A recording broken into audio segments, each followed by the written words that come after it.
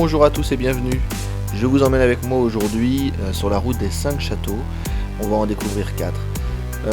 Les premiers, ce sont des ruines, ce sont les 3 châteaux du Haut-Egisheim. Je vais vous raconter leur histoire car elle est assez intéressante et la chute de ces châteaux, la raison pour laquelle ils sont en ruine, est assez improbable.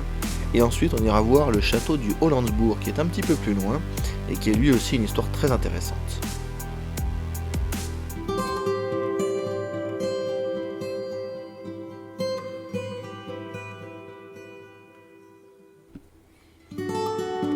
Alors, on commence notre promenade par les 3 châteaux du Haut-Egisheim. Et pendant que je me rends sur le site des ruines, je vais vous raconter un petit peu leur histoire. Parce que ce site, il a une sacrée histoire. Il semble avoir été occupé dès la préhistoire. Et c'est sous l'Empire romain qu'il a fait l'objet de fortifications. C'est au début du XIe siècle, Hugues IV d'Egisheim, il fait construire un premier château qui va connaître une histoire mouvementée.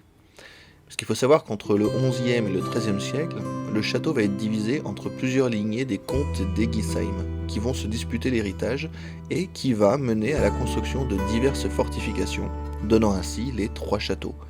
Ces châteaux, ils ont tous les 3 un nom. Il y a Weckmund, Wallenbourg et Daxbourg. Sur ces 3 châteaux, 2 vont devenir la propriété des Habsbourg et le 3e sera la propriété des évêques de Strasbourg. Et dans les années 1400, ils vont tous être détruits pendant une drôle de guerre, et je vous en parle juste après.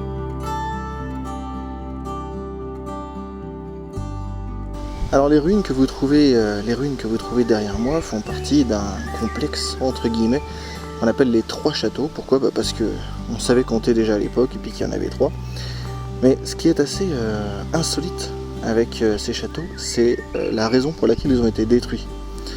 En fait, un meunier a réclamé une dette de 6 deniers au comte de Regisheim, qui est une ville pas très très loin d'ici, et le comte a refusé. Sauf que le seigneur de Mulhouse a pris parti pour le meunier et a décidé d'engager une guerre. Cette guerre a mené à la destruction d'un nombre conséquent de châteaux, dont celui-ci qui est derrière moi, et qui a mené également à la pendaison du meunier. Donc tout a été perdu pour tout le monde. Et pour 6 deniers, on a détruit ce qu'on pourrait aujourd'hui considérer comme des trésors.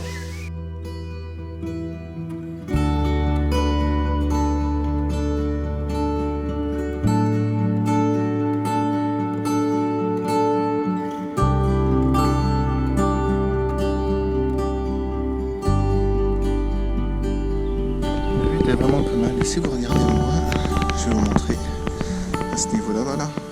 Vous voyez un autre château qui s'appelle le château du Hollandsbourg et c'est justement là où on va se rendre juste après. Mais comme pour beaucoup de ruines, on a du mal à se faire une idée de l'ensemble lorsque l'on est au sol. Et c'est pour ça qu'il est toujours très intéressant de prendre un petit peu de hauteur, non seulement pour comprendre la disposition, mais surtout pour apprécier le spectacle.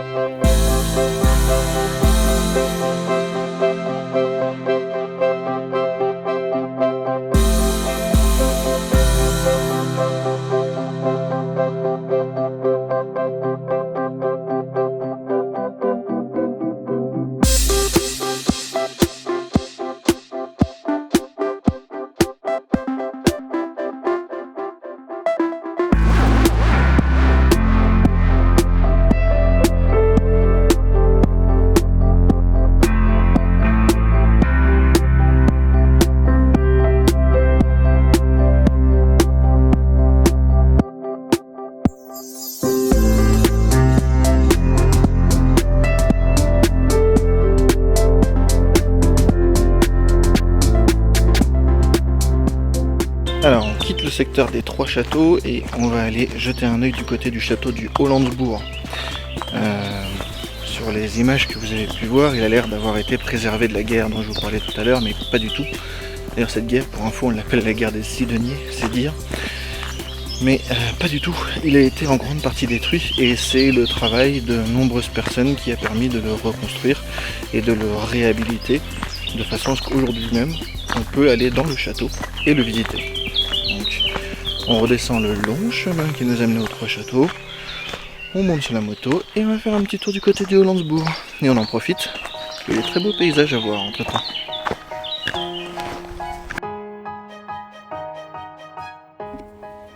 Mais je me dois de me rattraper sur une information que je vous ai donnée et qui est fausse. Le château du Haut-Landsbourg n'a pas été détruit par la guerre des Sidoniers. En fait, il a été détruit lors de la guerre de 30 ans. Les Suédois s'étaient emparés du château en 1633 et c'est la garnison française qui a succédé donc aux Suédois qui a fait sauter le château en 1637. Certainement de peur qu'un jour il repasse entre d'autres mains et qu'il soit utilisé contre eux.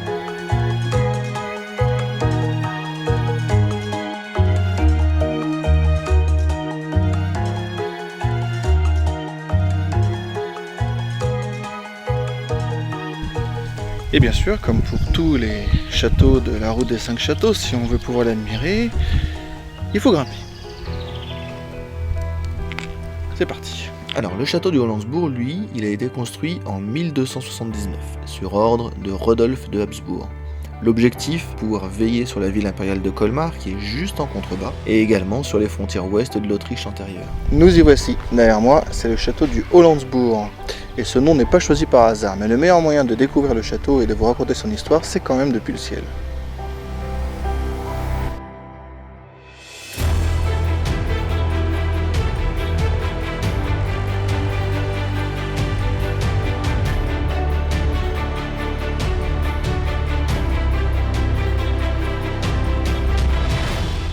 Avant que le château soit construit, dès l'âge de bronze, l'homme s'était installé sur ce site, et ce sont des fouilles archéologiques qui ont permis de retrouver notamment du matériel en bronze comme des bracelets, des anneaux, des couteaux, mais aussi des objets de la vie quotidienne comme des meules, des polissoirs ou des galets.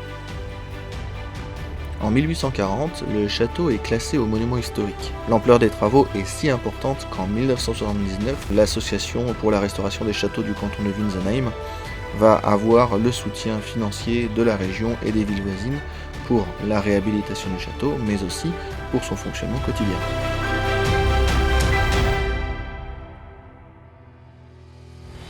Merci à tous d'avoir suivi la vidéo, j'espère qu'elle vous aura plu, je vous dis à très bientôt, n'hésitez pas à vous abonner à la chaîne et à mettre un petit like si ça vous a plu. Salut tout le monde!